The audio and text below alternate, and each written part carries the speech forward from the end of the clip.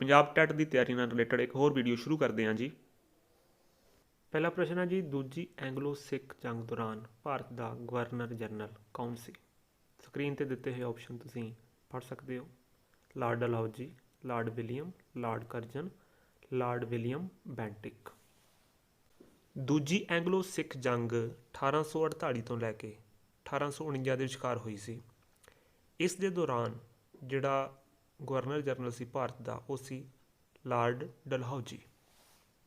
अगला प्रश्न है जी, भंगाणी का युद्ध श्री गुरु गोबिंद सिंह जी अते किस राजे के विचकार होया सी?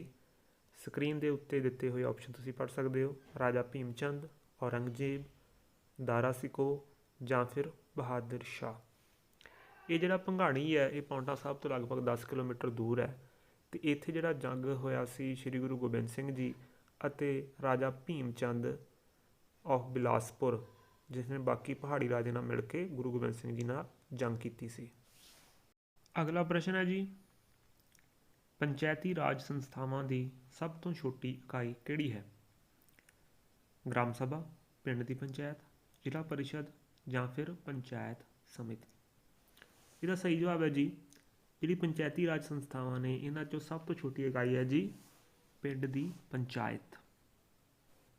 नैक्सट है जी, लोक सभा विच एक मानता प्राप्त विरोधी पार्टी का दर्जा उदों ही सुरक्षित हुंदा है जदों लोक सभा विच राजनीतिक पार्टी द्वारा जित्तियां गईयां कुल सीटां का किन्ने प्रतिशत हुंदा है। अहीं दसना है कि कोई राष्ट्रीय पार्टी किन्ने प्रतिशत सीटां जिते तो फिर वो विरोधी पार्टी बन सकती है। इसका सही जवाब है जी 10%। बी ऑप्शन सही है। अगे है जी, भारतीय गणराज के दूसरे राष्ट्रपति कौन सन?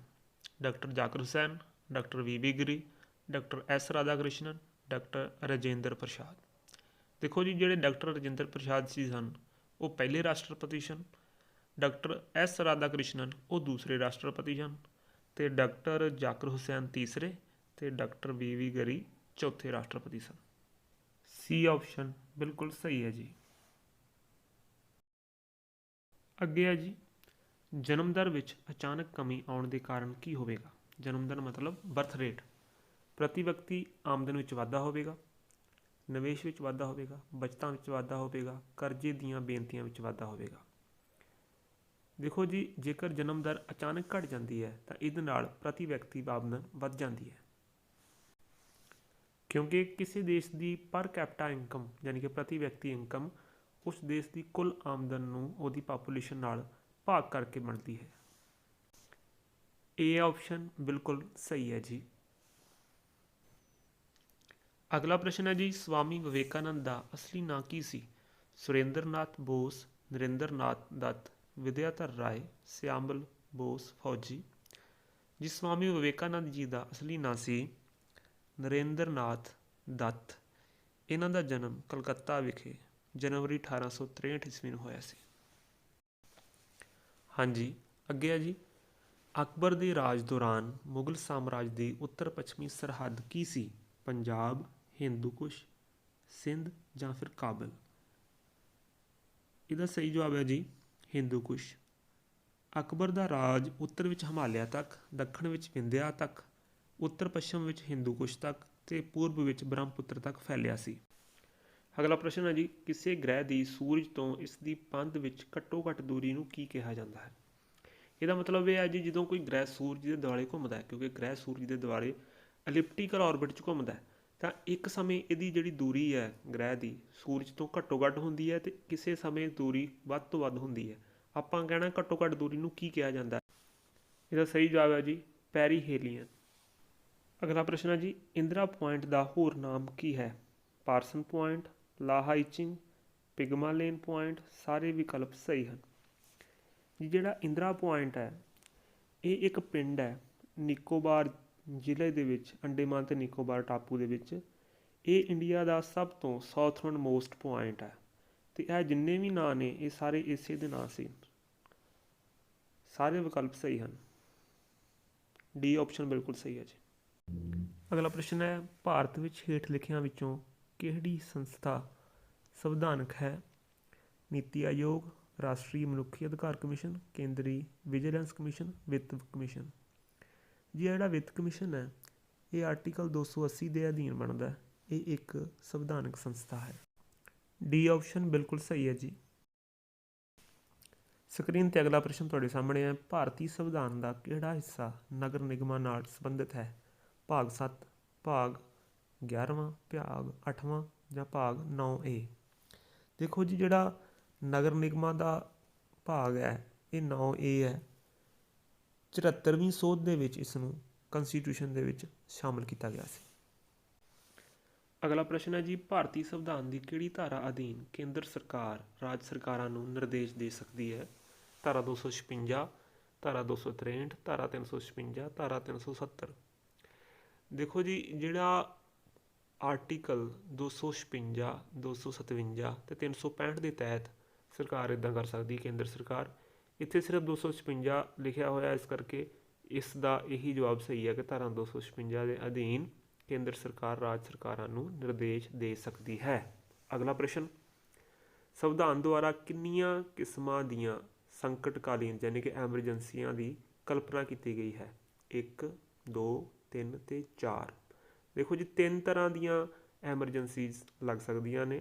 ਨੈਸ਼ਨਲ ਐਮਰਜੈਂਸੀ, ਦੂਸਰੀ ਸਟੇਟ ਐਮਰਜੈਂਸੀ, ਤੀਸਰੀ ਫਾਈਨੈਂਸ਼ੀਅਲ ਐਮਰਜੈਂਸੀ। ਇਹਦਾ ਜਵਾਬ ਹੈ ਜੀ 3। ਅਗਲਾ ਪ੍ਰਸ਼ਨ ਸਕਰੀਨ ਤੇ ਤੁਹਾਡੇ ਸਾਹਮਣੇ ਹੈ। ਲੋਕਤੰਤਰ ਦੀ ਜ਼ਰੂਰੀ ਵਿਸ਼ੇਸ਼ਤਾ ਡੈਸ਼ ਨੂੰ ਪ੍ਰਮੁੱਖਤਾ ਦੇਣ ਦੀ ਹੈ? ਨਾਗਰਿਕ, ਸਿਵਲ ਸੰਗਠਨ, ਨਿਆਂਪਾਲਿਕਾ, ਕਾਰਜਪਾਲਿਕਾ। ਇਹਦਾ ਸਹੀ ਜਵਾਬ ਹੈ ਜੀ ਨਾਗਰਿਕ। ਝੱਜ ਦਬਾਅ ਦਾ ਕੀ ਅਰਥ ਹੈ? ਆਪਸ਼ਨ ਤੁਹਾਡੇ ਸਾਹਮਣੇ ਨੇ। ਦੇਖੋ ਜੀ ਜਿਹੜਾ ਦੁਆਬ ਹੁੰਦਾ ਹੈ ਦੋ ਦਰਿਆਵਾਂ ਵਿਚਲਾ ਜਿਹੜਾ ਖੇਤਰ ਨੂੰ ਆਪਾਂ ਦੁਆਬ ਕਹਿੰਦੇ ਹਾਂ। ਅਤੇ ਝੱਜ ਦੁਆਬ ਦਾ ਅਰਥ ਹੈ ਜੀ ਚਨਾਬ ਅਤੇ ਜਿਹਲਮ ਦਰਿਆ ਵਿਚਲਾ ਜਿਹੜਾ ਖੇਤਰ ਹੈ ਉਹਨੂੰ ਅਸੀਂ ਝੱਜ ਦੁਆਬ ਦੇ ਨਾਂ ਨਾਲ ਜਾਣਦੇ ਹਾਂ। ਅਗਲਾ ਪ੍ਰਸ਼ਨ ਹੈ ਜੀ, ਹੇਠ ਲਿਖਿਆਂ ਵਿੱਚੋਂ ਕਿਸ ਨੇ ਪੰਜਾਬ ਵਿੱਚੋਂ ਪਹਿਲਾ ਅੰਗਰੇਜ਼ੀ ਦਾ ਰਾਸ਼ਟਰੀ ਅਖਬਾਰ ਫਰਵਰੀ 1881 ਵਿੱਚ ਦਾ ਟ੍ਰਿਬਿਊਨ ਸ਼ੁਰੂ ਕੀਤਾ ਸੀ? ਆਨਸਰ ਦੇ ਆਪਸ਼ਨ ਤੁਹਾਡੇ ਸਾਹਮਣੇ ਨੇ। ਅਸੀਂ ਦੱਸਣਾ ਹੈ ਕਿ ਦਾ ਟ੍ਰਿਬਿਊਨ ਕਿਹਨੇ ਸ਼ੁਰੂ ਕੀਤਾ ਸੀ। ਇਹਦਾ ਸਹੀ ਜਵਾਬ ਹੈ ਜੀ ਸਰਦਾਰ ਦਿਆਲ ਸਿੰਘ ਮਜੀਠੀਆ। ਅਗਲਾ ਪ੍ਰਸ਼ਨ ਹੈ ਜੀ, 1517 ਤੋਂ ਲੈ ਕੇ 1526 ਈਸਵੀ ਤੱਕ ਕਿਸ ਲੋਧੀ ਸ਼ਾਸਕ ਦਾ ਰਾਜ ਪੰਜਾਬ ਉੱਪਰ ਰਿਹਾ?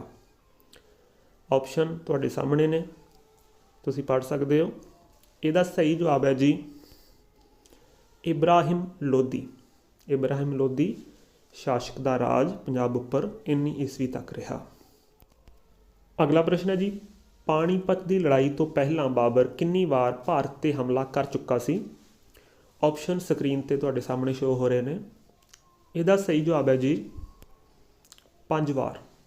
ਅਗਲਾ ਪ੍ਰਸ਼ਨ ਹੈ ਜੀ, ਪਹਿਲੀ ਐਂਗਲੋ ਸਿੱਖ ਵਾਰ, ਐਂਗਲੋ ਸਿੱਖ ਜੰਗ ਅੰਗਰੇਜ਼ਾਂ ਅਤੇ ਸਿੱਖਾਂ ਦੇ ਵਿੱਚ ਜਿਹੜੀ ਜੰਗ ਹੋਈ ਦਸੰਬਰ 1845 ਤੋਂ ਫਰਵਰੀ 1846 ਵਿੱਚ ਹੋਈ।